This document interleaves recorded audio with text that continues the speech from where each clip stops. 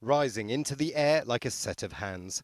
There are actually 16 fingers on the Halabja monument, representing the date of the attack, 16th of March 1988.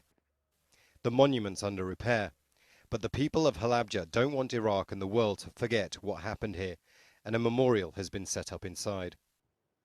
The pictures show the silent brutality of a chemical attack. There's no blood, no traces of explosion on the bodies. The images have since become famous, and decades later have not lost the ability to shock. Images that are now being repeated in Syria. The attack in Halabja was ordered by Saddam Hussein's regime, which had launched a war against Iran 8 years earlier. The Iranian army had moved into the area, and General Ali Hassan al-Majid, who became known as Chemical Ali, launched the offensive. He was hung in Baghdad in 2010 for his role. The noose is on display here. This is Akram Mohammed. He shows me his picture from the time, commemorated in a book. He was just 11 when the attack happened. His mother and his grandmother died. The attack in Syria is a grim reminder. When I saw it, the pictures from Syria, I felt it was happening all over again. I could feel the pain.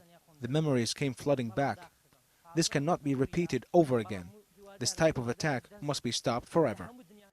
In the years after a conventional war, buildings are rebuilt, the effects fade, even if memories don't. But with a chemical weapons attack, people who weren't even born at the time can be affected, especially with a gas like sarin said to have been used in Syria. Now here in Halabja, 25 years on, that's definitely the case, and the memorials are everywhere. At the local hospital, they're still dealing with the aftermath. There are certain diseases which are more common in that group of population who are attacked.